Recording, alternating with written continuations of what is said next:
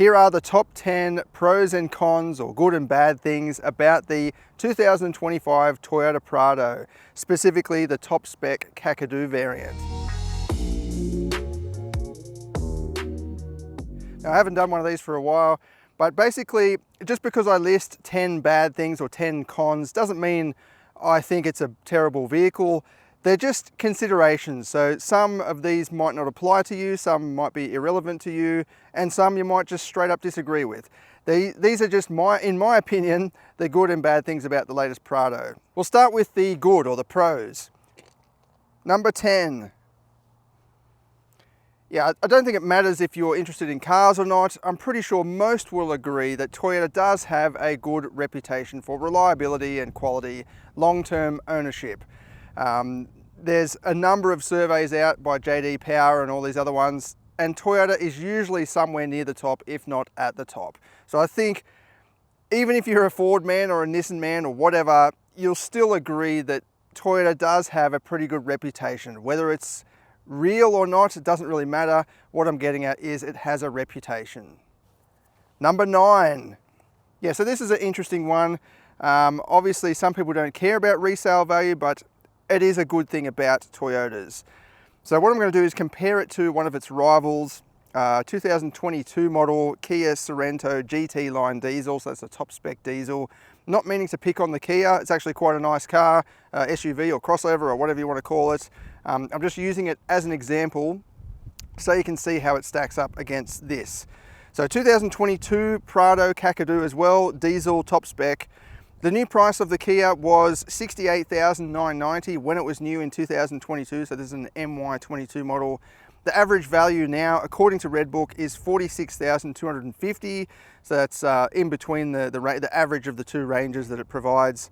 That means today it has retained 67% of its value after 3 years or so. Take a 2022 Prado Kakadu, its new price was $87,468. Quite a bit more than the Kia, but the average used selling price now is $75,975, which equates to 87% of its initial new car price. So there you go, it's just a bit of an idea, but 87% of its value is retained in a 2022 Prado Kakadu, compared with 67% value retained for a 2022 Sorento GT line diesel. And that's usually the case with a lot of Toyota models, the Hilux, the LandCruiser especially, but even the Corolla and Camry. Number 8. Yeah, I think it looks really cool. I think Toyota has always been pretty conservative with designs, but with this, they've kind of gone all out and created something interesting and unique. It's got a bit of a retro style to it, very chunky off-road. It's got a bit of character as well. I think they've pulled off a very nice looking package, and still distinctive. This doesn't look like anything else on the market. In top spec Kakadu form, you get a black grille with some bugs embedded in between there, and you get body colored wheel arches and side mirrors. But you still have black window surrounds, black roof rails, and black 20-inch alloy wheels. Now these are fit with Geolander X CV tyres. I don't know if they're all-terrains. They don't say anything about being all-terrains, but I'll flash up the exact specs according to Yokohama on their website or whatever to show you what they are.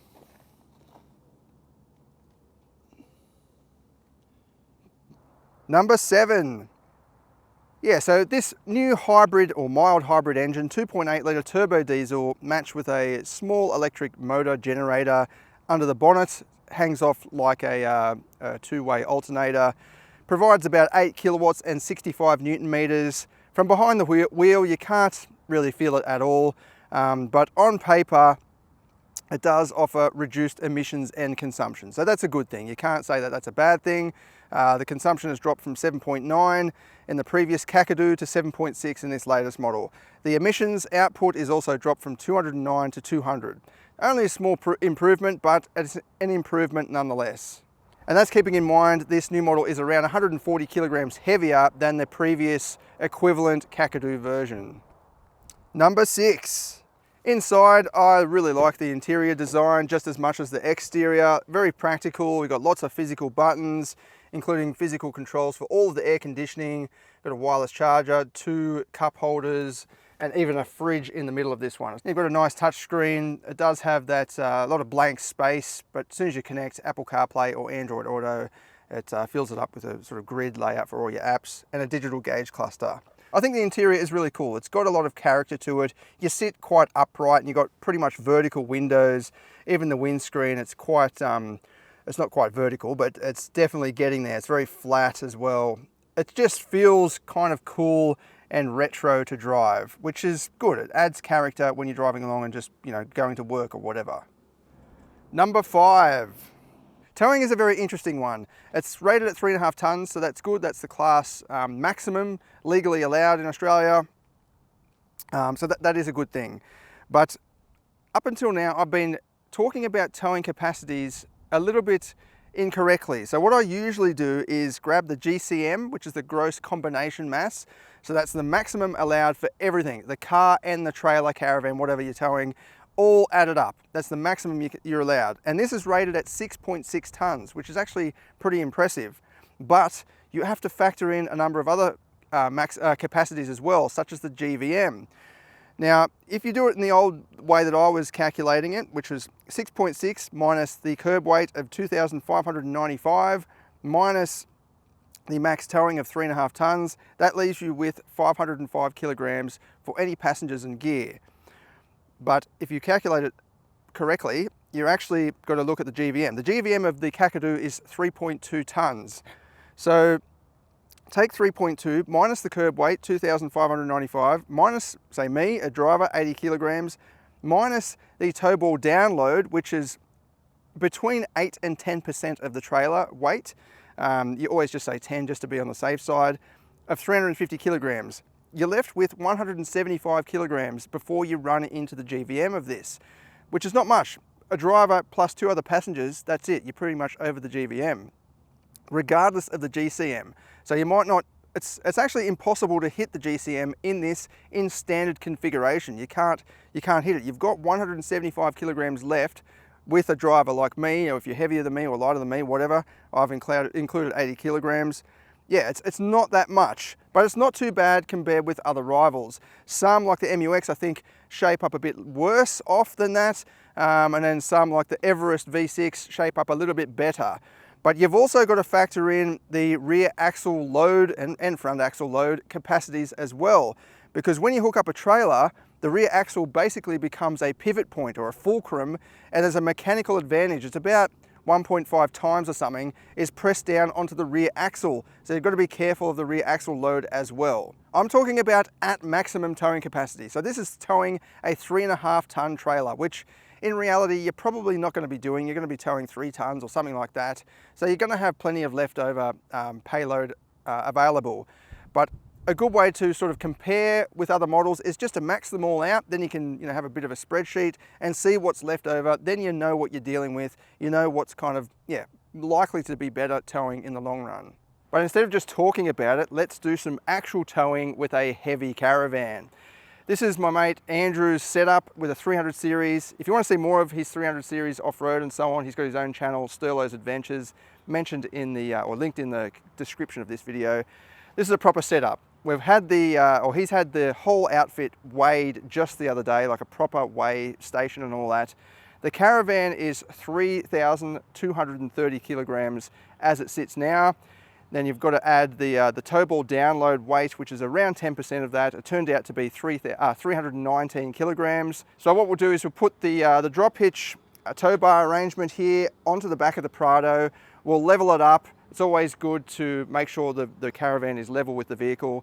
And then we're going to take it up a big, long hill, because my main concern, apart from the weights and all the figures and everything, my main concern is this engine might not be powerful enough to, be comfortable driving up big, long hills. We're going to go up a hill just near here called Mount Ousley, which is in the Illawarra.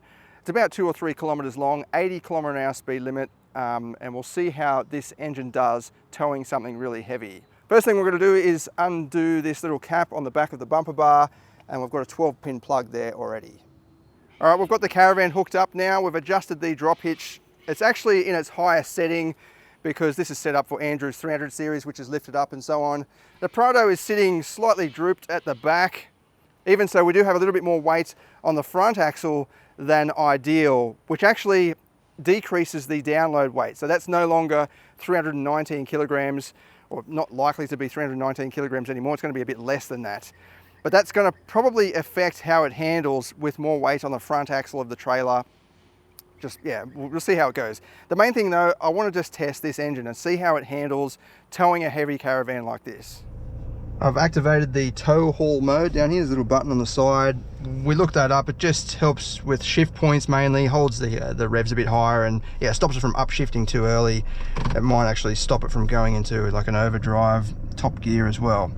Now you are meant to have mirrors that show you the rear corner of the caravan, but unfortunately we miscalculated that. It's just going to be a short test, but yeah, we need to have slightly wider mirrors. We also did some tests around the car park to adjust the brake controller to make sure that it's all even. First thing I notice is the front end doesn't feel completely unweighted, even though it is, you know, not sitting completely level. I feel like I've got decent steering control and stability.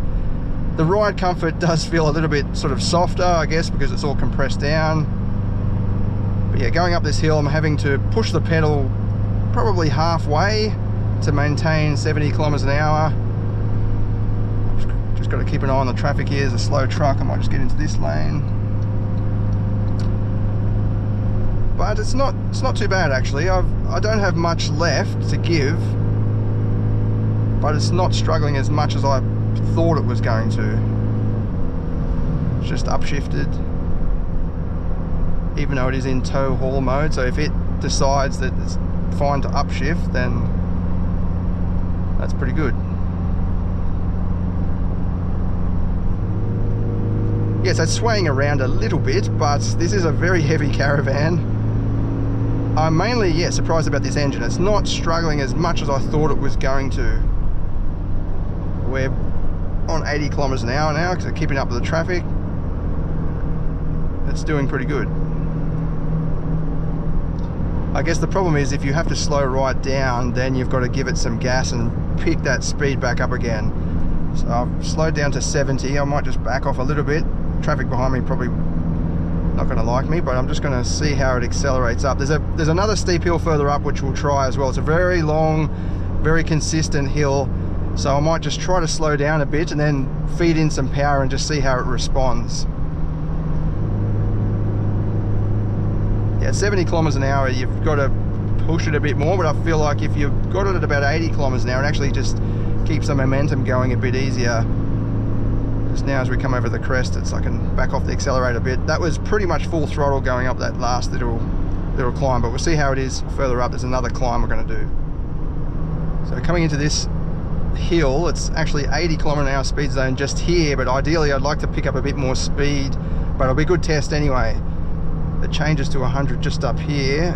I'll feed in a bit more throttle. That's foot flat to the floor now.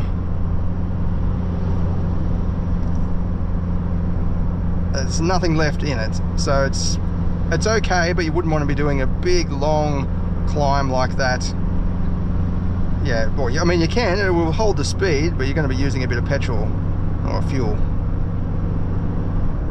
Yeah, so overall, the engine is handling it okay. I thought it was going to be a lot more sluggish and I'd really have to push it all the time to maintain speed, but this is going up pretty steep climbs and maintaining a reasonable speed. I mean, it's not hitting the speed limit, but I want to just keep it steady anyway.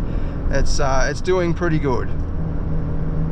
Okay, now we'll take the 300 series up just to see the difference. Obviously this is not a comparison, but I think it is important to note that if you are planning to tow 3.5 tons and you want a factory vehicle, then you probably want something like a big Ram or something like that, or F-150 that's got a 4.5 ton rating. That way you've got plenty of leftover allowance.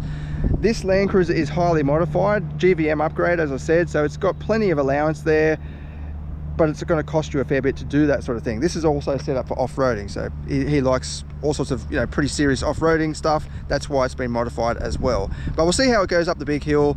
It does have more power and torque from the engine, 3.3 twin turbo V6 diesel.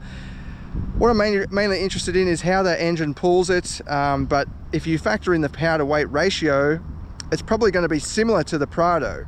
but just keep in mind you've got more allowance. So you can fill this with the full family, put gear in the back, and you're still within all of the thresholds. So ideally you want the van to be lighter than the vehicle that you're towing with, like ideally, but that's not always possible. Whereas this gets close. This is almost even between the van and the car, which is good. This has obviously got the 10-speed automatic as well, so it might hunt around a little bit. We've got it in sport mode because Andrew says it's just better in sport mode. It holds the gears a bit longer. It doesn't actually have a tow haul mode like the Prado, but you know, it's kind of the same thing anyway. We'll see how we go over these speed bumps.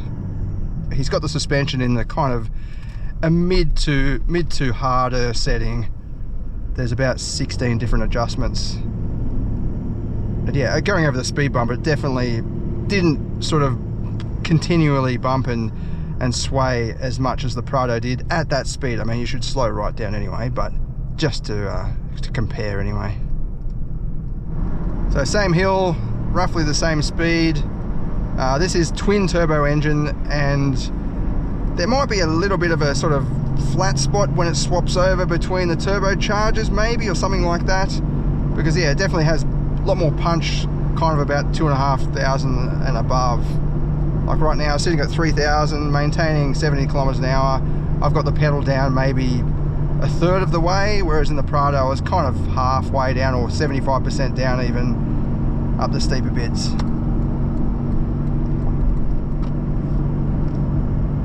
Andrew's got the proper extendable side mirrors too, so we can see the back corner of the trailer.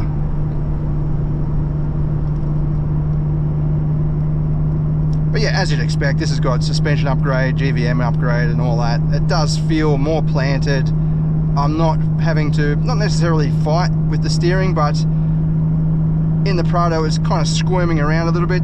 Totally okay, and it didn't make me feel nervous, as I said. Whereas this, it's not squirming at all. It's just sitting fairly rock solid. You can still tell there's weight behind me, but yeah, much more solid, as you'd expect. Now that was a pretty specific example, but that 300 series is quite modified. So obviously it's going to be able to tow more, but you've got to be careful with modifying your vehicle because you might void the factory warranty. As usual though, if you are planning to tow something heavy quite regularly, my strong suggestion is go and get the whole package weighed, like properly weighed with the pads under the wheels and everything, so you know where you stand. You might be surprised, especially with axle loads, fitting bull bars and so on, and when you fit a caravan, that changes the weight of the front end and everything as well. You've just got to be very, very careful. I mean, this is legal stuff. So if you get yourself into an accident or something like that, and you're found to be over the limit, you know, your insurance might not pay out, or warranties might not pay out, and so on. So just be careful of all of that. Number 4. Yeah, it's rated at 5 stars. It's got all of the latest safety gear. I've just noted here that, yeah, the driver monitoring camera hardly goes off. So with these new vehicles, you've got driver monitoring cameras. You scratch your face or you yawn or something like that, and there's all these warnings and buzzers that go off. This, I've found, hasn't gone off. I think it's gone off once when I was really not paying attention at a traffic lights or something. I can't even remember what the message was, but it's actually really good. It doesn't go stupid all the time, even when you're just changing the radio station. But it is safe, so it's got all the latest gear and everything, so you don't have to worry about that. 5-star ANCAP as well. Number 3. Yep, unlike some rivals, this offers full-time 4-wheel drive, so you can drive it on the tarmac, or you have to drive it on the tarmac. There's no rear-wheel drive mode, and that's, I think, is good because you can go on the beach and so on, or you can go off-roading or tow a boat out of a boat ramp or something like that, and you don't have to quickly dial it back to rear-wheel drive. You can just, you can't dial it back to rear-wheel drive, as I said. So I think the extra grip of 4-wheel drive on the tarmac is also better, especially with heavy packages, or even with towing. You might, you know, if you're driving on some wet roads or something like that, it's always better to have 4-wheel drive, in my opinion. I know there's some that argue that it's not really, doesn't do anything, but I think it does, especially with heavier packages. Even if you're doing some off-roading and there's a bit of a dry tarmac patch that you have to go over, you don't have to worry about quickly switching to rear-wheel drive. Or if you go down to the snow, you've got 4-wheel drive, you can drive on the tarmac. Also, the drivetrain includes an 8-speed automatic, which I think is very well calibrated. It doesn't hunt around gears, it always finds a good ratio, uses or maximizes that 500 Newton meters of torque available from the engine. As we saw during the towing test, It went up that big hill quite well, considering it's a very heavy caravan, and compared with the 300 series. The 300 series kind of has this, well, it's got a 10 speed, so it's got more ratios to choose from, but in that way it kind of jumps around a little bit more. Well, it has to jump around a little bit more, whereas this, yeah, 8 speed I think is a good combination. Number 2. Yeah, these things are known to offer excellent off-road capability, but I'm just going to run through some numbers here just to show you that it is slightly improved over the predecessor. You've got 221 millimeters of ground clearance in the Kakadu versus 220 in the old Kakadu. Only 1 millimeter extra, I know, but that's more, so that's better. The approach angle is 32 degrees now. It was 30.4 degrees, a little bit more, I know, but it's still better. And the ramp over angle is now 25 degrees compared with 21.1. So that's a decent improvement. The departure angle is a little bit worse though. It's now 17 degrees. It used to be 23.5. But I think that's because the latest model has a factory tow bar system fitted in. So that's properly integrated into the bumper bar design. So that probably pokes out a little bit, causing it to be causing the angle to be slightly worse than the previous model without the tow bar fitted. But either way, you're getting excellent off-road capability. The Kakadu does come with a center diff lock, the multi-terrain select, and the crawl control, but it misses out on a rear diff lock as featured in the altitude, and it misses out on the stabilizer bar disconnect, also featured in the altitude. So if you are planning to do lots of off-roading and pretty serious off-roading, the altitude is probably the better pick, but it only comes with 5 seats, whereas the Kakadu is 7 seats. We'll go out now and do some off-roading with it just to show you what it's like. Okay, we're at the little climb that I've been doing lately with a lot of the vehicles, so we can sort of benchmark. It's not the most serious climb you'll find in the world, but it is quite steep and it puts a lot of load on diagonal forces of the chassis. So in other words, it's compressing 2 wheels, opposite wheels, while unweighting the other 2. And it just, yeah, really puts a lot of load on the transmission as well as the suspension. So you can see how much flex this offers. You can also keep an eye on this inclinometer gauge thing that tells you what sort of climb we're doing. It pretty much maxes it out 30 degrees. I'll put it into the rock mode and low range, so back to neutral, and then the multi-terrain select, and I'll move it up to the rock mode. And keep in mind, this has got the road oriented eco tires on it. I'm not a huge fan of these tires actually. I've been driving it a bit on the road, and there is a little bit of premature squealing going on, and the braking performance isn't the best. I think I would rather have something at least all-terrain or just, yeah, a bit more serious on the road, whereas these are trying to be kind of eco-friendly and quiet and all that, which it is. It's a quiet vehicle to drive for a big heavy-duty SUV like this. Let's see how we go. I will leave the center diff unlocked for the first one. For the first one, I'll just go up to the middle here, over to the right, and the second run will go up the other side, which is definitely a lot of articulation going on.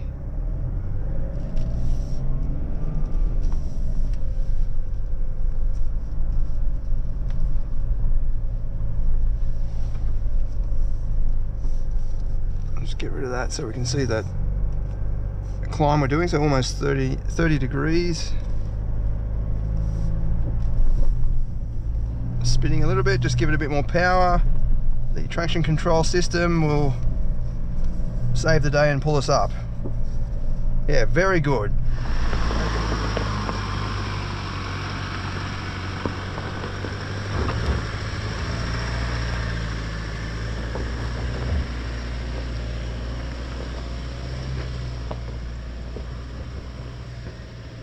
It does rely on the electronics a fair bit.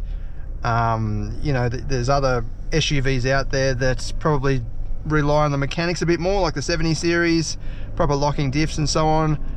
But yeah, if you want to do serious off-roading regularly, the Altitude is the one to go for, because it has a center diff lock and also the sway bar disconnect, which gives you a bit more flex, a bit more suspension range.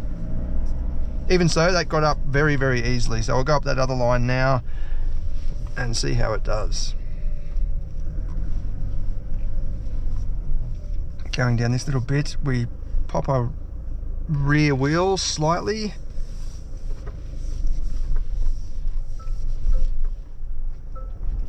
automatic camera coming on, telling us how close we are and where we're going, so that's good.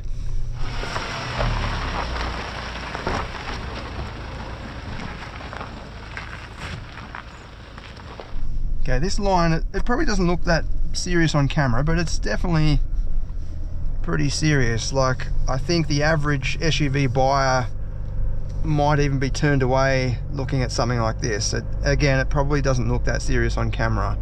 So I'm in the same mode, low range, in rock mode. Give it a bit more power. And it's pulling us straight up with not much trouble at all. As I said, that ramp over angle is really good, so you've actually, you can get over mounds like that very easily.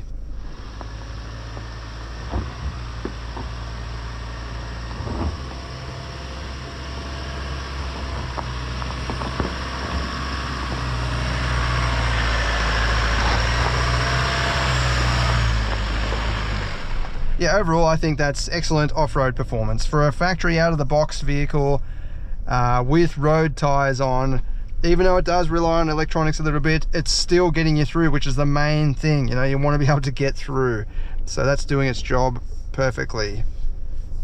And then number one, the best thing about the 2025 Toyota Prado, in my opinion, can fly. Well, yeah, apart from the fact that it does jumps, doing a jump to me tells me a lot about the suspension. So obviously I don't just go down to the jump and launch it off there at 80 kilometers an hour or whatever and just see how much air I can get. It tells me a lot about the suspension. What I usually do is go over the hump at 10 kilometers an hour, 20 kilometers an hour, 30 kilometers, and just see how the vehicle is reacting. And if I can get up enough speed where all four wheels lift off the ground, then I can measure how it lands and it takes the impact. What does that mean in the real world? Well, sometimes when you're driving on country roads, you might have it loaded up a little bit and suddenly you hit a pothole or something like that. You want the outfit, you want the package to remain very stable and secure.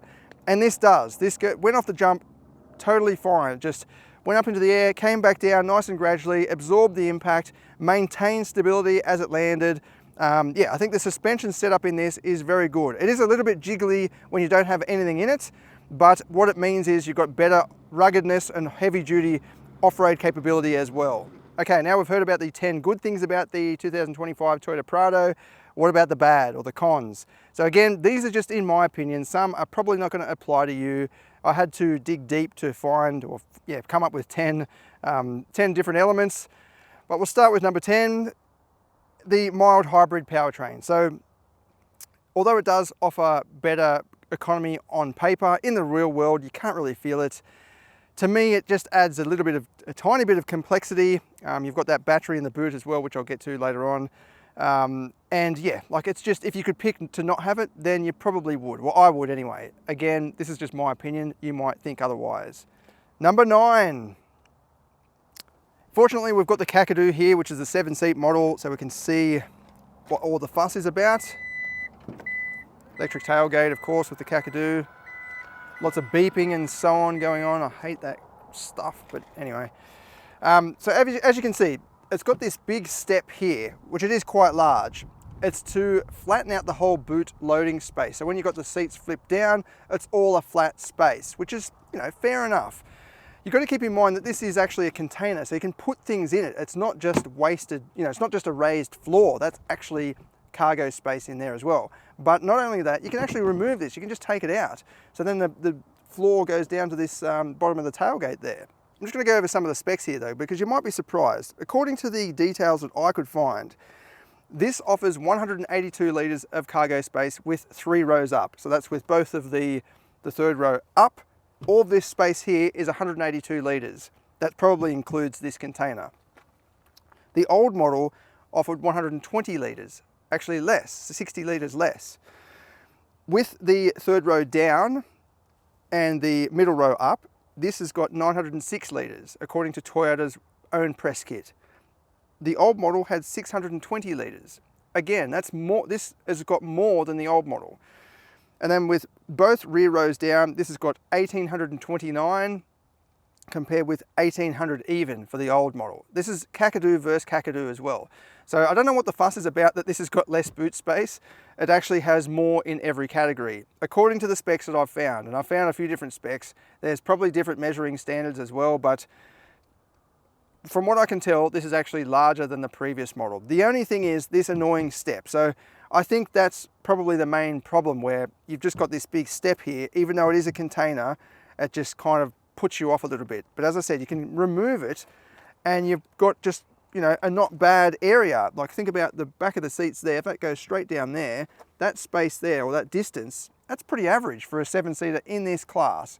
Like obviously a LandCruiser or a Nissan Patrol offers more, but against some of the crossovers and so on, you're going to get similar space to this. But I'm going to note it as a negative or a con because of this floor height is much higher. And that is a little bit flimsy. I mean, it's light in weight, it's not too heavy duty, but it is a little bit flimsy. Like I probably wouldn't want to, you know, if you lay this all out and you wanted to sleep on this, I'm not sure what kind of load capacity this would have. But it does bring me on to the next point, which is the spare tire is now located under the vehicle, which is a little bit annoying. If you're off-roading and you get a flat, that means you've got to get under there in the mud, take the wheel off, and then slide under the punctured tire and yeah, screw it back up to the bottom of the vehicle. Whereas the old model had it on the tailgate. It did have a side swinging tailgate, which some people don't like, whereas now it's got the up swinging tailgate, and it does have the opening rear windscreen now, which is quite convenient. Even the 300 series does not have that. So that is good, but yeah, it means that the spare wheel is under the vehicle, which is going to annoy some buyers or some people that buy these types of vehicles. Number 7. This Kakadu is priced from $99,900, which is quite expensive for this category of vehicle. It's almost LandCruiser prices, or at least the 200 series, the previous model LandCruiser prices. Now I know everything has gone up these days.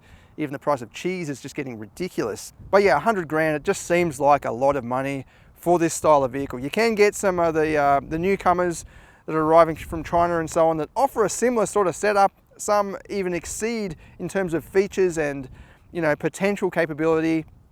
But again, you've got to go look at those 10 pros that are listed, particularly reputation and reliability and all that. That's kind of why you're paying that high price, and you are getting better resale as well. But even so, I think 100 grand is probably a bit too high for this. It needs to be about 90 grand for the top model, in my opinion, especially as it hasn't changed dramatically. I mean, it's got a new platform, it's not brand new, and the engine is pretty much the same. It's just got the mild hybrid tech, so it's not a major difference over the previous model. Number 6. This comes with a 110 litre fuel tank. It used to be 150 in the old Kakadu model, and that means the theoretical range, so that's the range according to the average official consumption, so 7.6 in this, 7.9 in the old model. The theoretical range in the old model was 1,899 kilometres, so almost 2,000 kilometres, whereas this is 1,447 kilometres. So quite a shorter range actually compared with the previous Kakadu. It does have a 17.4 litre AdBlue tank as well, which I'll get to in the next section. Number 5. Yeah, look, obviously it's not a big deal. AdBlue, you know, people say, oh, what if you're in the outback and you get stuck? Well, you can easily just take 10 litres of AdBlue, put it in the boot, and you'll be fine. It lasts for ages. But at the end of the day, if you could pick AdBlue or not AdBlue, you would probably pick not AdBlue, because it's just another cost, a minor cost. I mean, it's not super cheap, but you don't have to pay for it very often. But it is another cost and just another complexity or annoyance that you've got to worry about. Aside from that though, AdBlue, I have read, does help with the DPF and the whole regeneration process, or the filtering out process, because AdBlue reduces nitrogen oxide levels, and they're the nasties that clog up the DPF. So yeah, you could say that it helps with that, which kind of offsets. So is it a real negative? Maybe not. Just up to you, I guess, personal preference. If it was up to me, I'd probably just want no AdBlue just because of the convenience or inconvenience. Number 4. Obviously this is, yeah, no big deal again. It's just a button on the dashboard that you can press to turn it off, the stop-start system. But like AdBlue, it just comes down to, and even the mild hybrid system, if you could choose not to have it or have it, you probably would choose not to have it. I mean, it can add some reliability concerns in the future, constantly stopping and starting the vehicle. I know my brother has got a diesel Volvo, and the starter motor actually gave up after about 200,000 kilometers, and he left the stop-start system on all the time. He just didn't care, just wanted to see what would happen. And yeah, the starter motor actually broke and he had to replace it. So it can put extra load on the engine, but I mean, it saves a tiny bit of emissions while you're sitting at the lights. Number 3. Yeah, I'm scraping at the bottom of the barrel now, but the turning circle is increased in this model. It used to be 11.6 meters, now it's 12 meters to the tire, or 12.8 to the body. So if you can turn around in a gutter or something like that, you can overhang the body, obviously. But if you're in a situation where there's a wall or something, then you've got 12.8.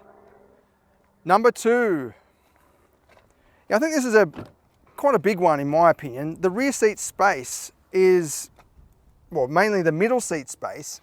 It's got this big plastic thing there, and when you sit in the middle, you've got to really raise your feet up, and it's not very comfortable compared with the previous model, that is, and compared with many of the rivals. This is not a comfortable seat to sit in for a large SUV. I think they've, I don't know what they've done there. They've obviously compromised in other areas to make it all look really cool. As I said, the interior is quite nice in terms of its functionality and design, and it's got a bit of character, but the rear seat space is not very good for that middle passenger. And then the number 1 con, or the bad thing about the 2025 Toyota Prado, in my opinion, is the performance. So obviously performance is not important to a lot of people, and even as we saw, towing, it's not actually that bad, but strictly in terms of 0 to 100, it's not very strong. Also, I think it would be awesome if they offered a V6 option. Like the Ford Everest offers a V6 option, why can't Toyota offer a V6 option as well? You don't have to pick it, you don't have to select it, but at least offer it. The power to weight ratio is worse than the previous model because this is heavier. This is about 140 kilograms heavier, as I said. You're left with a power to weight ratio of 57.8 kilowatts per 1,000 kilograms versus 61.1 kilowatts per 1,000 kilograms in the old Kakadu. Not that the old Prado was quick, but there are quicker models out there, even in this sort of rugged, heavy-duty form. But anyway, let's see what it goes like.